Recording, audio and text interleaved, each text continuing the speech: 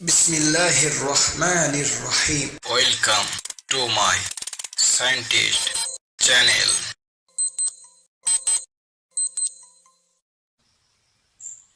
Hi friends, আমি রাহাতুল আপনাদের সাথে আছি সায়েন্টিস্ট চ্যানেলে। আজ আমি আপনাদেরকে টেন্ডা F9 এর একটি পূর্ণাঙ্গ রিভিউ দেব।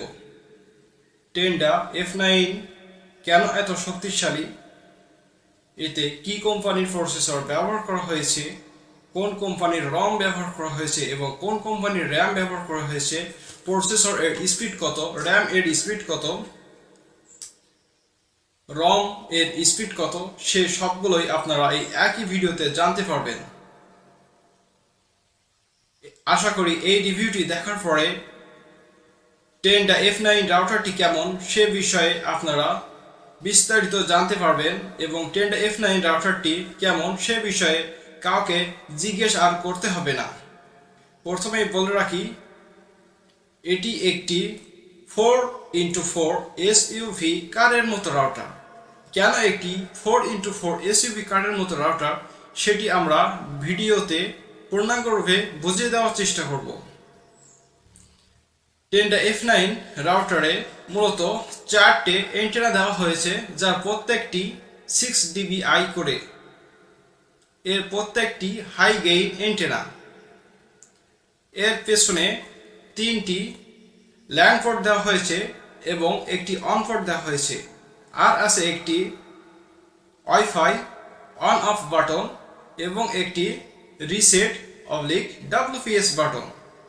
এতে চার্জার হিসেবে দেওয়া হয়েছে একটি 9 ভোল্ট 0.6 এম্পিয়ার এর একটি পাওয়ার অ্যাডাপ্টার, আর ল্যান অথবা অন পোর্ট কানেক্টর হিসেবে দেওয়া হয়েছে একটি RJ45 এর কর্ড।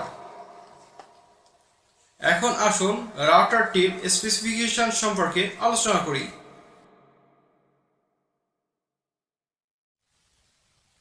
রাউটারের কর্নারে টেন্ডার লোগো দেখতে পাবেন। এটি একটি 600 mbps true wireless N router. এটি হোল হোম কভারেজ রাউটার। এটি 33% ফাস্টার দ্যান 450 mbps রাউটার। এতে পাওয়ারফুল কভারেজ এবং অল পেনিট্রেশন দেওয়া হয়েছে, আর এতে আছে 4টে অ্যান্টেনা, এর প্রত্যেকটি 6 dBi করে। এটিতে বিম ফর্মিং প্লাস টেকনোলজি ব্যবহার করা হয়েছে, যেটি রাউটারটিকে অধিক স্টেবল করে। অনেকেরই প্রশ্ন আছে যে টেন্ডা F9-এ বিম ফর্মিং কাজ করে কিনা। আসলে টেন্ডা F9-এর যেগুলো পুরাতন ভার্সন ছিল সেগুলোতে বিম ফর্মিং প্লাস টেকনোলজি ভালোভাবে কাজ করতো না, কিন্তু আমার হাতে যে রাউটারটি দেখতে পাচ্ছেন এটিতে বিম ফর্মিং প্লাস টেকনোলজি কাজ করে, কারণ এটিতে লেটেস্ট ভার্সনের ফার্মওয়্যার দেওয়া হয়েছে। ফার্মওয়্যারের ভার্সনটি হচ্ছে 12.0.0.48, অর্থাৎ 48 ভার্সনের ফার্মওয়্যারটি দেওয়ার কারণে এতে বিম ফর্মিং প্লাস টেকনোলজি ভালোভাবে ওয়ার্ক করে। আর বিম ফর্মিং এর কাজ হলো কম্পিউটার বা মোবাইল ডিভাইসকে লক্ষ্য করে ঘনীভূত তরঙ্গ সেন্ড করা, যেটি টেন্ডা F9 খুব ভালোভাবে করতে পারে। আর এই রাউটারটি অ্যাপ সাপোর্টেড একটি রাউটার, তবে অ্যাপ দিয়ে তেমন কোনো সুবিধাই পাওয়া যায় না। সমস্ত সেটিং ব্রাউজার ওপেন করেই এর আইপি অ্যাড্রেস অথবা tendawifi.com দিয়ে করতে হয়। এটিতে সর্বোচ্চ 12 থেকে 25 জন পর্যন্ত কানেক্টেড হতে পারবেন, তবে 12 জন একসাথে নেট ব্রাউজিং করতে পারবেন। এর বেশি লোড রাউটারটি সাধারণত নিতে পারে না।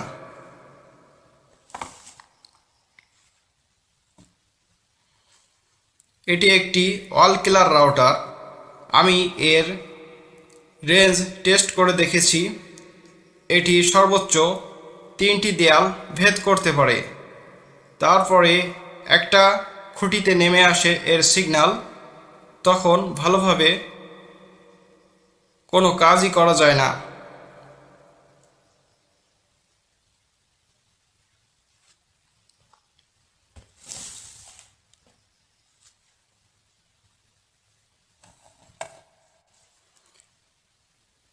এটি টেন্ডা এর 2.4 গিগাহার্জ সেগমেন্টের সর্বোচ্চ শক্তিশালী রাউটার।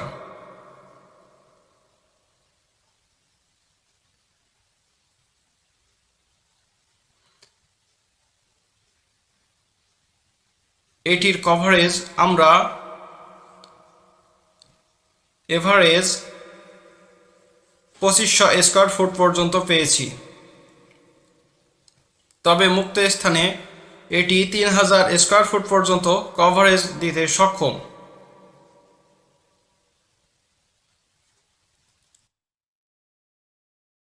রাউটারটিতে কোয়ালিটি অফ সার্ভিস বা QoS আছে, যেটি প্রত্যেকটি ডিভাইসকে রেঞ্জের শেষ মাথা পর্যন্ত নেট ব্রাউজিং করতে সাহায্য করে। QoS মূলত ব্যান্ডউইডথ কন্ট্রোল এর কাজে ব্যবহৃত হয়। যে ডিভাইসের জন্য ব্যান্ডউইডথ বেশি প্রয়োজন, QoS সে অনুযায়ী সেই ডিভাইসটিকে প্রয়োজনীয় ব্যান্ডউইডথ সরবরাহ করে। এবার আসি রাউটারটির ফার্মওয়্যার সেকশনে। রাউটারটিতে 4টি অপারেটিং মোড ব্যবহার করা হয়েছে। Router mode, wireless internet service provider mode, universal repeater mode এবং অ্যাক্সেস পয়েন্ট মোড। রাউটারটিতে ওয়াইফাই অন অফ করার ব্যবস্থা আছে। রাউটারটিতে সিকিউরিটি হিসেবে দেওয়া হয়েছে সর্বোচ্চ WPA2। রাউটারটির সিগন্যাল লো/হাইস করা যায়, তবে ফিচারটি কাজ করে না। এটি শোমাত্র। ওয়াইফাই শিডিউল, WPS ইত্যাদি ফিচার রাউটারটিতে পাবেন। রাউটারটিতে ব্ল্যাকলিস্ট, হোয়াইট লিস্ট ফাংশন আছে। আপনি প্রয়োজন মতো যে কোনো ডিভাইস এর ম্যাক অ্যাড্রেসকে ব্লক করে দিতে পারবেন এই ব্ল্যাকলিস্ট এর সাহায্যে।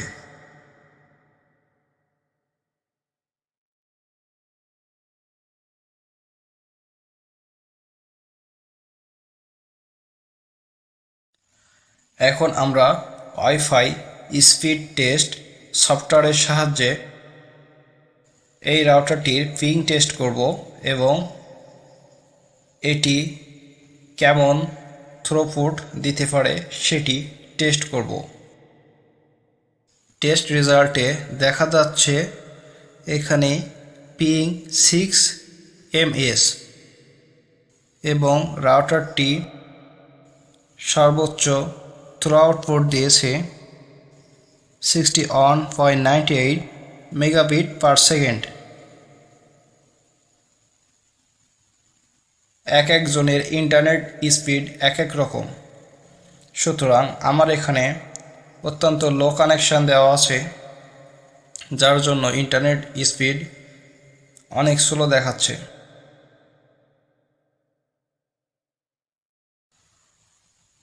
এখন আমরা 3টি দেয়াল পরে রাউটারটির স্পিড টেস্ট করছি। এখানে পিং 20 ms দেখাচ্ছে এবং রাউটারটি থেকে ম্যাক্সিমাম থ্রুপুট দেখাচ্ছে 21.61 মেগাবিট পার সেকেন্ড। আপনাদের আইএসপি যদি ইন্টারনেট স্পিড ভালো দেয়, তাহলে আপনারা এই রাউটারটি থেকে ভালো মানের ইন্টারনেট সার্ভিস আশা করতে পারেন। রাউটারটিকে ডিসঅ্যাসেম্বল করার জন্য এখন আমরা রাউটার পিছনে থাকা দুটি স্ক্রু খুলে নেব।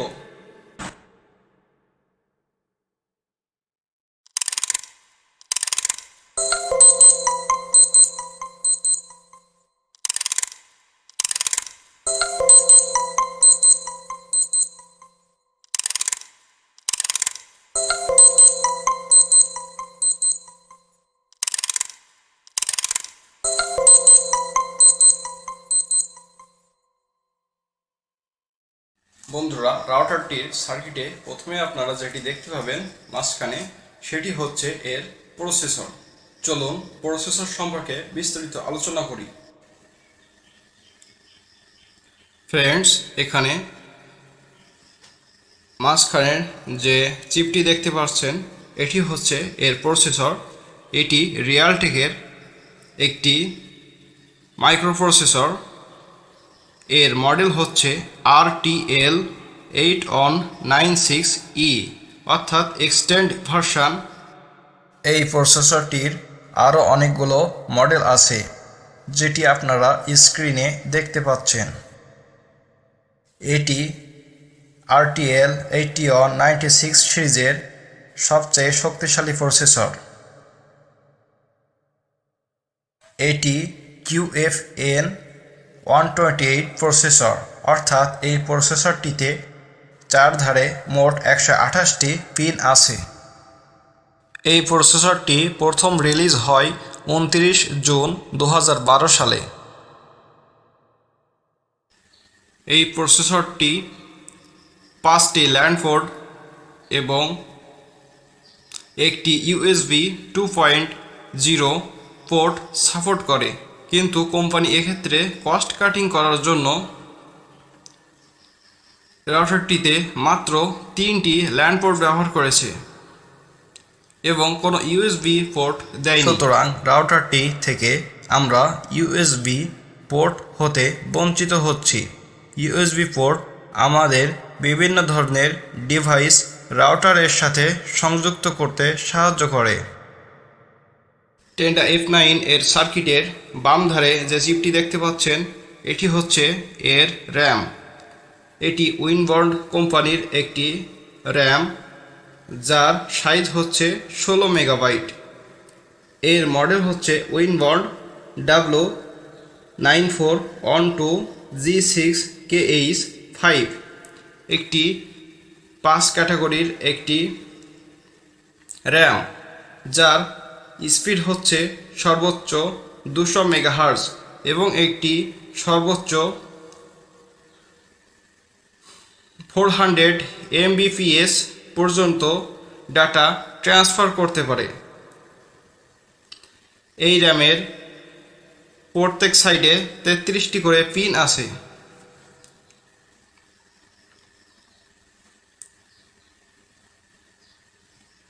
অর্থাৎ উইনবন্ড এর এই র্যামটিতে মোট 66 পিন আছে। এজন্য এই র্যামটিকে বলা হয় SOP66, অর্থাৎ 66টি পিন সংযুক্ত একটি র্যাম। সার্কিটটির মাঝখানে একটি 8 পিনের চিপ দেখা যাচ্ছে। এটি এই রাউটারের রম। এটি একটি উইনবন্ড এর রম, অর্থাৎ উইনবন্ড কোম্পানি এর রম। এর সাইজ হচ্ছে 2 মেগাবাইট। এটি 86 মেগাহার্জ এর একটি হাই স্পিড রম। এটি 40 মেগাবাইট পার সেকেন্ড পর্যন্ত একাধারে বিরতিহীনভাবে ডাটা আদান প্রদান করতে পারে। এর মডেল হচ্ছে W25Q16BV6, অর্থাৎ এখানে 2516 বা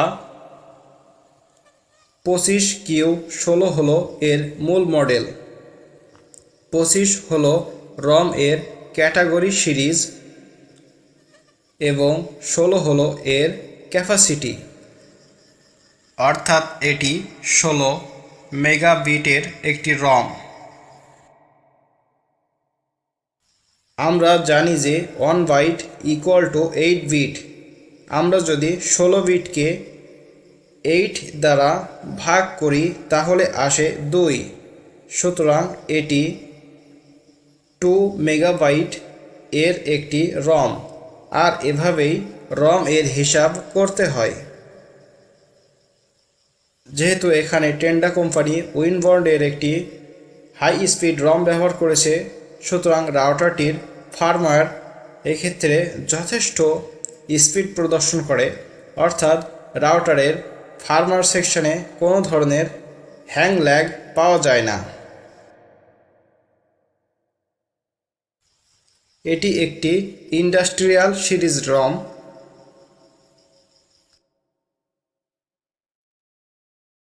রাউটারটির এখানে যে পদার্থটি দেখতে পাচ্ছেন এটি এর ক্রিস্টাল অসিলেটর। রাউটারটিতে একটি 40 মেগাহার্জের ক্রিস্টাল অসিলেটর ব্যবহার করা হয়েছে, যেটি খুবই ভালো, কারণ 2.4 গিগাহার্জ এর অধিকাংশ রাউটারেই 40 মেগাহার্জের ক্রিস্টাল অসিলেটর দেখা যায় না। রাউটারটির এখানে যে 4টি পিন কানেক্টর দেখতে পাচ্ছেন এটি মূলত সিরিয়াল পোর্ট কমিউনিকেশন সিস্টেম। এর বাম ধারে আছে গ্রাউন্ড, পরে আছে RX, পরে TX এবং সর্বশেষ VCC। এই সিরিয়াল কমিউনিকেশন পোর্টটি রাউটার নষ্ট হয়ে গেলে বা ব্রেক হয়ে গেলে ফার্মওয়্যার পুনরায় ইনস্টল এর কাজে ব্যবহৃত হয়।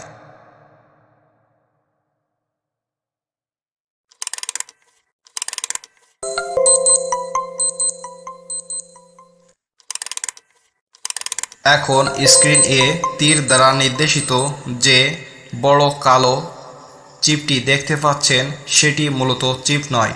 এটিকে চিপ ভেবে ভুল করবেন না, এটি একটি টিনের ডিব্বা বা হিটসিং। এর ভিতরে লুকিয়ে আছে টেন্ডা F9 এর মূল পাওয়ারের রহস্য। এটি মূলত পাওয়ার RFIC।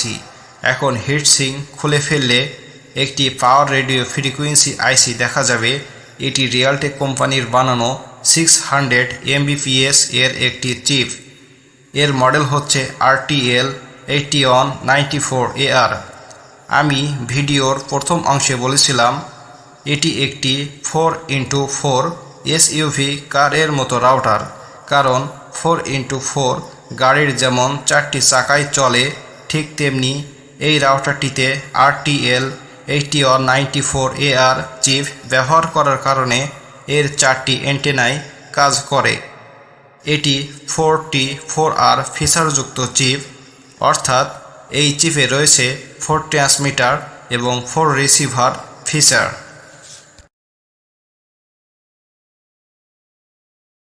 এখানে লাইট ইন্ডিকেটর হিসেবে 7টি LED দেওয়া হয়েছে, আর এলইডির আলোকে বাইরে বের করে দেওয়ার জন্য একটি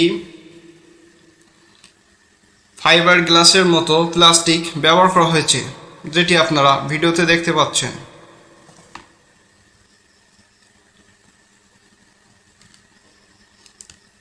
যদি আমরা প্লাস্টিকটি খুলি তবে এরকম দেখা যাবে।